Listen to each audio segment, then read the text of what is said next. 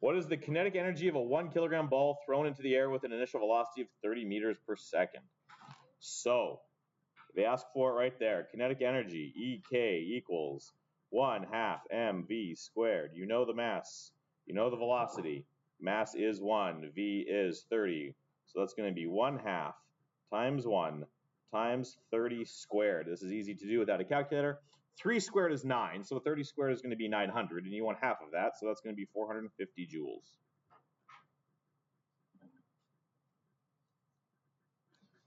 How much potential energy does the ball have when it reaches the top point? So let me draw out what's happening for you here. You're standing on the ground with a ball. You huck the ball upwards. You give it an initial amount of kinetic energy, and the ball is going to reach some maximum point. At the highest point of the throw, the ball is going to stop moving, just ever so briefly, as it turns around to come back at you. At this point, all of the kinetic energy you've given it has turned into potential energy, and the kinetic energy is 0 because the thing stops moving at the top of the arc. So PE here is a maximum, and what is the maximum amount of energy it could have? Well, the maximum amount is whatever energy you started with it at the bottom. So part B says, how much potential energy does the ball have? The same amount of kinetic energy that you gave it to start, because all of it gets transformed from one into the other.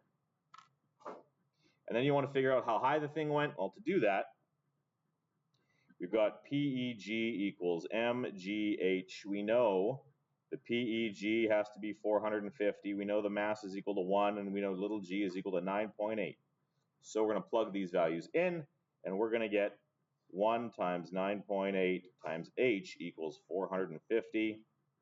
To solve for h, we divide by 9.8, divide by 9.8. These cancel, and we're going to get the height. It's going to be equal to something. It's going to be 45.9 or 49.5. Is it 45.9? Imparis, is that the one? It'll be that. It'll probably be that one. 450 divided by 9.8. No. Oh, yeah, 45.9. All of that makes sense? Okay. Is there anything else there anyone would like me to go over from the homework I assigned yesterday?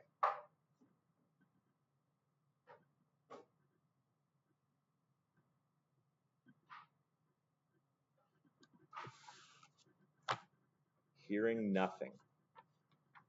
Flip the page. Let's do today's lesson. We're going to look at elastic potential energy today.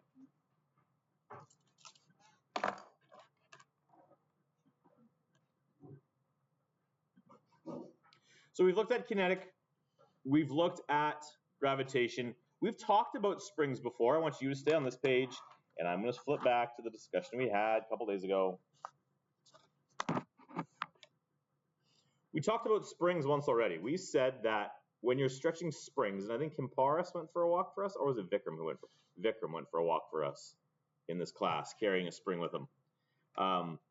What makes springs scary? How do you give as a spring a bunch of energy? We talked about this. We played with a couple. Well, I showed you a couple different rubber bands, and then Imparis went for a walk with a long spring. We said that for springs, to give them a bunch of energy, we're concerned about the length of the extension and how hard the thing is to pull. If Vikram had really struggled with that spring walking out the door, we would have been a lot more concerned about him letting go of it coming back at me. But he did go for a heck of a walk. So it was getting concerning the further Vikram went, but how do these concepts work together to give us something scary? So, elastic potential energy is energy that can be stored in elastic materials. Most materials are elastic to a degree. Everything's got a little bit of stretch, whether it's an elastic band itself or even a rope. Rope has a little bit of stretch. Your skin, your muscles have stretch. They have an elastic property to them. So elastic potential energy is energy that can be stored in these materials. Elastic potential energy results from compressing or stretching a spring from its original resting position. The resting position we sometimes call the equilibrium. So I'll use that language because it's words that you're gonna see. The farther you stretch, or compress a spring or elastic, the more energy it stores. And so there's some demonstrations here. I mean, that's your standard Nerf gun right here. You pull the trigger back. What you're doing is you're compressing a spring, you pull the trigger, it lets that go, and then the spring relaxes itself, propelling the dart forward. Slingshot's the same way. You stretch the thing, you let it go, the rock goes flying, the slingshot's ready to go again. Bow and arrow, little spring, all of them function the exact same way.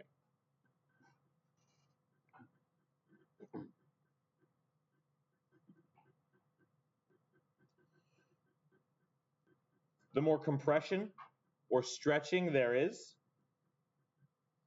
the more work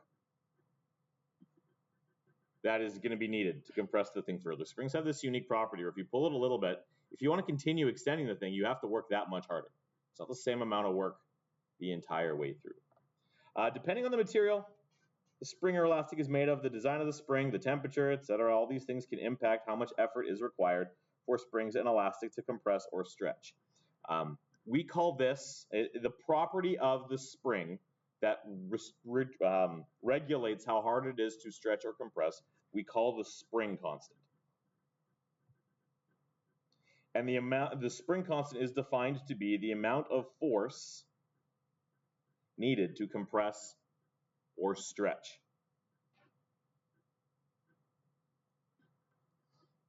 Which we've intuitively already kind of talked about. We can measure and calculate spring constants using tools like a spring gauge, where we have something like this.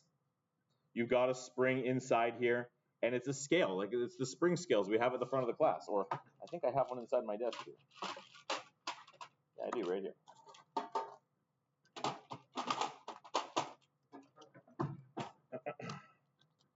This one's nice, you can see through it, you can see the spring inside there, and if I flip over to this side, this is a measure of the force that I am using to expand this spring a particular distance. So you can see that the further I want the thing to go, the more force I have to apply on the thing until I about bottom the thing out. And if I let go, if I relax the thing, it compresses.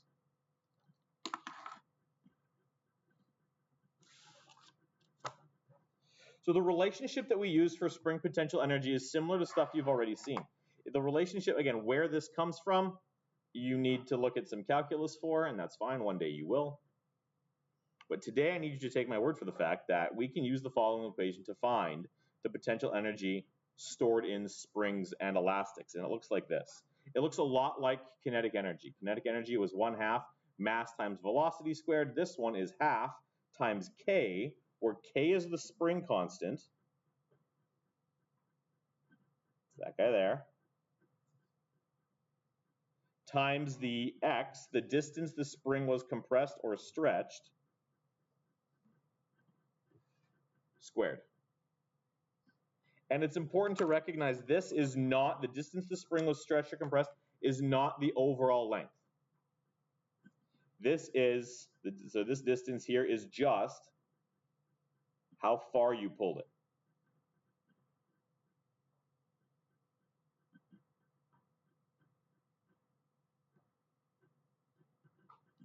It's not the total length.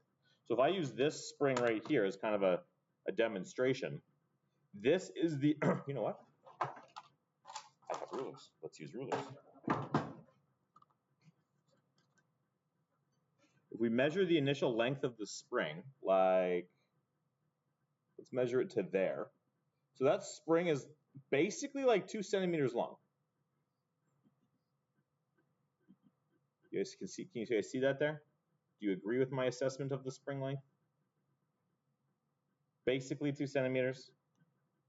Okay, so now if I hold this thing here and I start to pull this,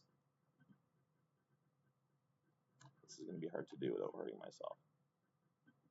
Oops, daisies. Hold on, let's start again.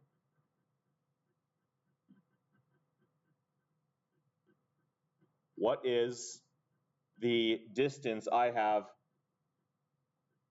pulled the spring?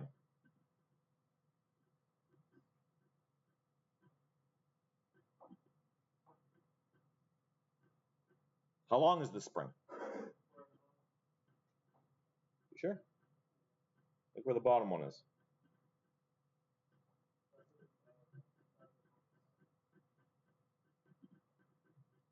Oh, man. I'm going for 5. Okay, so we're at 5. How far, if the spring was 2, now it's 5, how far have I stretched it? 3. So we don't want the total length, we want just the stretch distance, or the compression distance. So we'll do a couple examples for you to take a look at here. I've got a spring on a box. This is your standard jack-in-the-box kind of thing. We've taken a jack-in-the-box, we put it on its side. A 20-kilogram box is attached to a compressed spring that has a spring constant of 300 newtons per meter. So it's force required. This is force per distance. That's how we measure K. The box is on a frictionless surface, so we can ignore any craziness going on here. There's no friction. And we're told that the spring is compressed 30 centimeters, and they did the conversion there for us. 30 centimeters is 0.3 meters. How much spring potential energy is available to that box? Let's take a look at it. Potential energy for a spring. So sometimes you can see it like this, EPE, so elastic potential energy. Sometimes it'll be written like this. I like to write it as EPSP. Sorry, PESP, potential energy spring. You can see them written either way. Take my Physics 11 class, this is how I'm going to write it. Here, this is how it's been introduced to other grade 10s.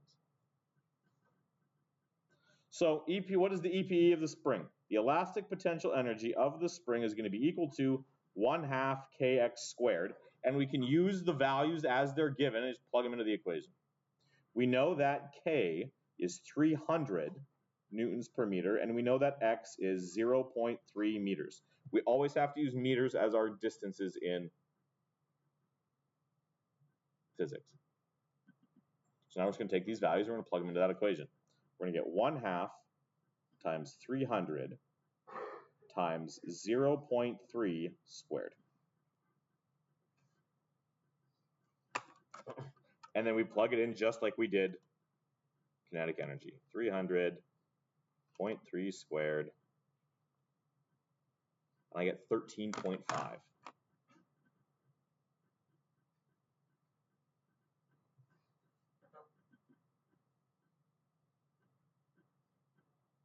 It's a weird sound. Does anyone else hear high-pitched chirping, or am I having a stroke? Okay, maybe I'm having a stroke. Questions, comments, concerns about elastic potential energy right there. Once you use the values that they've given you, you plug it in and away we go. So the next piece is this. B, when you let go of the box and the spring returns to its length, it's going to push on this box, right? You let go of the box, boom, the box is going to go out. How much kinetic energy is it going to have? The box is going to start to move. If this is a frictionless surface, all of the potential energy you gave it is going to get turned into motion. So how much kinetic energy is the box going to have when you let it go?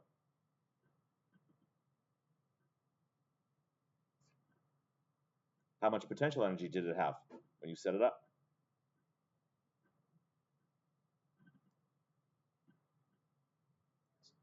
$13.5. And so when you let it go, all of that's going to get turned into kinetic energy. You're going to get 13.5 joules of EK. Just like when the question that Olive had from the homework last night, you take the ball, you throw it into the air, all of the kinetic energy gets transferred into potential. In this one, all of the potential is going to get transferred into kinetic, or transformed into kinetic. How fast is the box moving after the spring is released? Well, that's a kinetic energy kind of question. EK equals 1/2 mv squared. Kinetic energy is the only thing that deals with the velocity of the object. So we know that EK is equal to 13.5 joules. We know the mass of the object is 20 kilograms.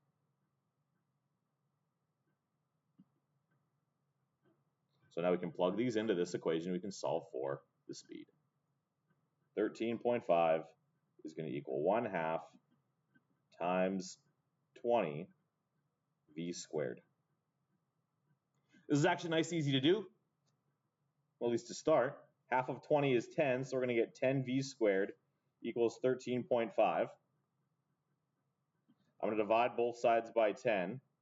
All that does is it moves the decimal over once. So I'm going to get 1.35 equals v squared, and I'm going to take the square root of that. 0.5 divided by 10, square root that answer, and we get a final velocity of 1.16 meters per second. You're done.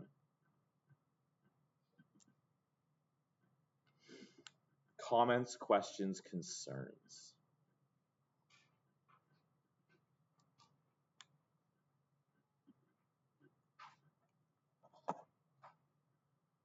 Okay. Well, if there are none, I think that's my last example. You guys have a bunch of time and a bunch of different kind of practice to do.